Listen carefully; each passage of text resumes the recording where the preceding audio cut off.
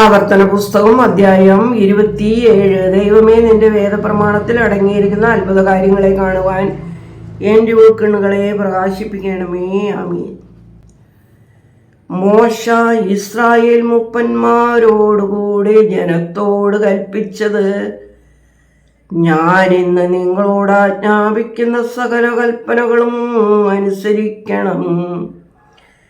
നിങ്ങൾ യോർദാൻ കടന്ന് നിന്റെ ദൈവമായ കർത്താവ് നിനക്ക് തരുന്ന ദേശത്ത് എത്തുന്ന ദിവസം നീ വലിയ കല്ലുകൾ നാട്ടിയവയ്ക്ക് കുമ്മായം പൂശണം.